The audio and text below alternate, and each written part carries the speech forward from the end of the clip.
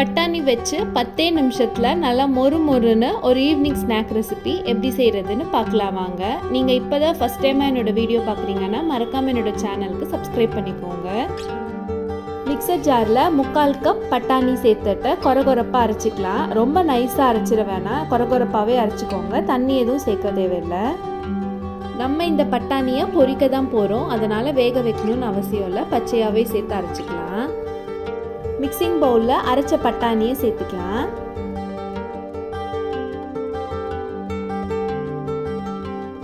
இது கூடவே 1/4 கப் அரிசி மாவு, 3/4 கப் ரவை சேர்த்துக்கலாம். ரவைக்கு பதிலாக 3/4 கப் மைதாவும் சேர்த்துக்கலாம். உள்ள நல்லா சாஃப்டாக வர்றதுக்காக 1/2 கப் நல்லா கெட்டியான தயிர் சேர்த்து எல்லாத்தையும் கை வச்சு நல்லா பிசைஞ்சிக்கலாம். இதை நம்ம ஈவினிங் ஸ்நாக்காக மட்டும் இல்லாமல் சாதத்தோடு தொட்டு சாப்பிட்றதுக்கும் டேஸ்ட் ரொம்ப சூப்பராக இருக்கும். கண்டிப்பாக ட்ரை பண்ணி பாருங்கள். கை வச்சு நல்லா அழுத்தம் கொடுத்து பிசைஞ்சதுக்கப்புறமா 1/4 கப் தண்ணியை கொஞ்சம் கொஞ்சமாக சேர்த்து பிசைஞ்சிக்கலாம். நிறைய தண்ணி சேர்த்துறாதீங்க, 1/4 கப் மட்டும் சேர்த்துக்கோங்க. ஏன்னா ரவை ஊறணும், அதுக்காக 1/4 கப் தண்ணி சேர்த்தோம். ரொம்ப ட்ரையாக இருக்க மாதிரினா இன்னும் கொஞ்சம் கூட தண்ணி சேர்த்துக்கோங்க. எனக்கு 1/4 கப் தண்ணி கரெக்டாக இருந்துச்சு.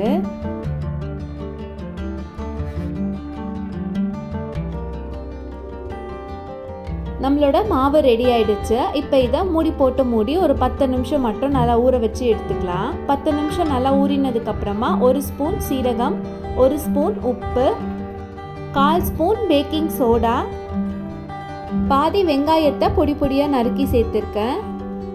பொடியாக கட் பண்ண 2 பச்சை மிளகாய், பொடியாக கட் பண்ண கொத்தமல்லி கொஞ்சம், எல்லாத்தையும் சேர்த்து நல்லா ஒரு வாட்டி மிக்ஸ் பண்ணிவிட்டு நம்ம குட்டி குட்டியாக போண்டா மாதிரி சுட்டுக்க வேண்டியதான்.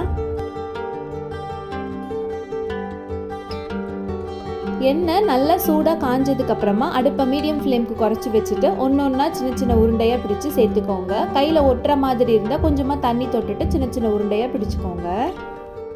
பொரிக்கும் போது கண்டிப்பாக அடுப்பு மீடியம் ஃப்ளேமில் தான் இருக்கணும். ரொம்ப ஹை ஃப்ளேமில் வச்சுருந்தீங்கன்னா மேலே கலர் வந்துடும், உள்ளே வேகாமல் அப்படியே இருக்கும். எல்லா உருண்டையும் சேர்த்துட்டு உடனே கலந்து விடாமல் ஒரு 2 நிமிஷம் அப்படியே விட்டுட்டு அதுக்கப்புறமா கலந்து விடுங்க. நம்ம உடனே கலந்து விட்டோம்னா உடையறதுக்கு சான்ஸ் இருக்குது. இந்த மாதிரி நல்லா கோல்டன் ப்ரௌன் கலர் வந்ததும் வெளியில் எடுத்துட வேண்டியதான். இந்த வீடியோ பிடிச்சிருந்துச்சுன்னா மறக்காமல் லைக் பண்ணிவிட்டு உங்கள் ஃப்ரெண்ட்ஸ் அண்ட் ஃபேமிலியோடையும் ஷேர் பண்ணிக்கோங்க. தேங்க்யூ.